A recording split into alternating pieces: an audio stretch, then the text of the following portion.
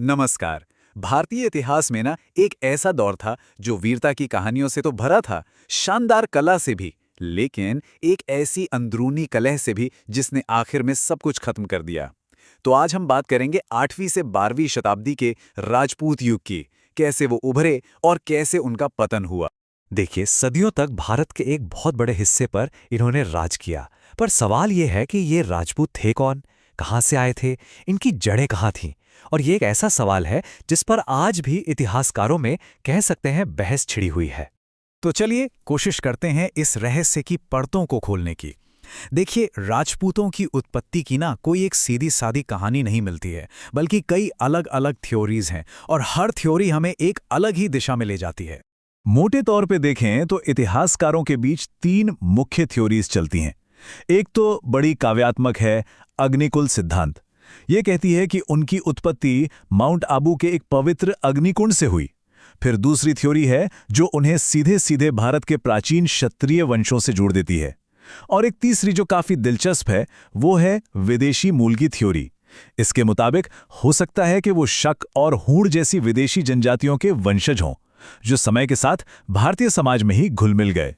तो फिर सच क्या है? शायद इन सब के बीच में कहीं। देखिए, जाने माने इतिहासकार सतीश चंद्र का ये मानना है कि राजपूत किसी एक जगह से नहीं आए, बल्कि वो एक मिली जुली विरासत, एक मिक्स्ड ओरिजिन का नतीजा थे। और आज के समय में ज्यादातर एक्सपर्ट्स इसी बात को मानते हैं। इससे इस रहस्य पर से कुछ हद तक पर्दा तो उठता ही है। तो ये तो हुई उनकी उत्पत्ति की बात। अब देखते हैं कि सत्ता के खेल में इनकी भूमिका क्या थी। और यहां से कहानी शुरू होती है एक सिंहासन के लिए तीन बड़े शक्तिशाली राजवंशों के बीच एक जबरदस्त टक्कर की।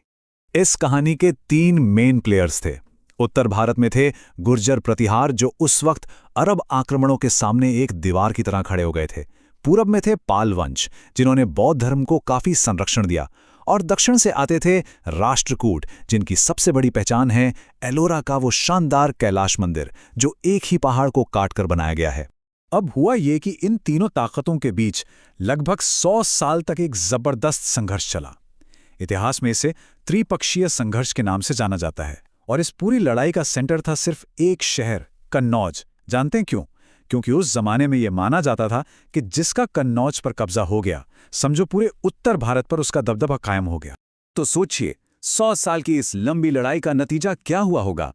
पहला, तीनों राजवंशों ने अपने सारे रिसोर्सेज, अपनी सारी ताकत बस इसी में झोंक दी। दूसरा, इस लगातार लड़ाई झगड़े ने पूरे इलाके में एक पॉलिटिकल इंस्टेबिलिटी पैदा कर दी।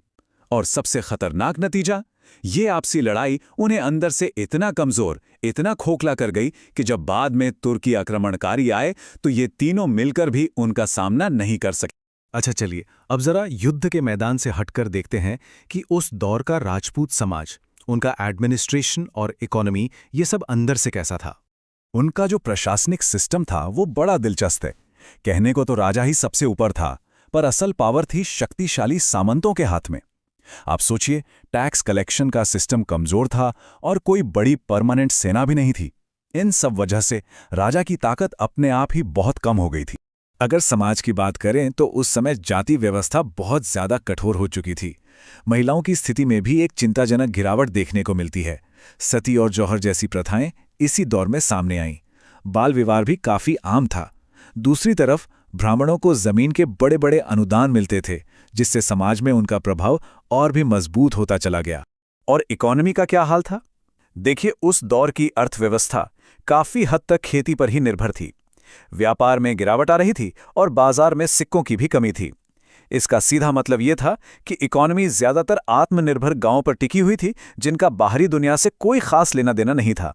लेकिन इतनी राजनीतिक उथल-पुथल के बावजूद एक चीज थी जो राजपूतों ने पीछे छोड़ी, और वो है उनकी कला और संस्कृति की शानदार विरासत। एक ऐसी विरासत जो आज भी हमें पत्थरों में जिंदा नजर आती है।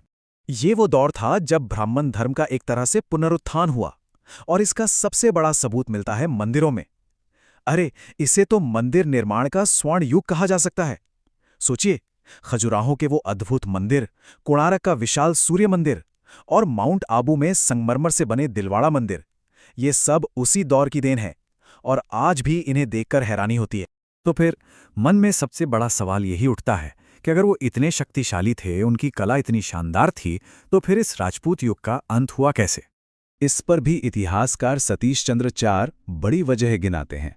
पहली और सबसे बड़ी वजह पॉलिटिकल यूनिटी की जबरदस्त कमी।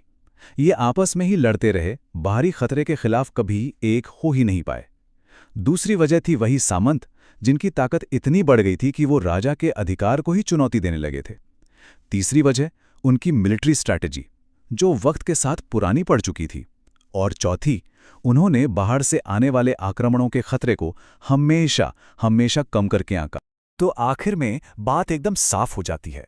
राजपूतों के लिए सबसे बड़ा खतरा कोई बाहरी सेना नहीं थी, बल्कि उनकी अपनी अंदरूनी फूट थी। उनका आपस में बटा होना ही उनकी सबसे बड़ी कमजोरी बन गया। तो अंत में एक सवाल जरूर सोचना चाहिए, क्या राजपूतों की विरासत सिर्फ उनके शानदार किलों और मंदिरों तक ही सीमित है, या फिर उनकी राजनीतिक गलतियों में आज के लिए भी कोई गहरा सबक छिपा हुआ है?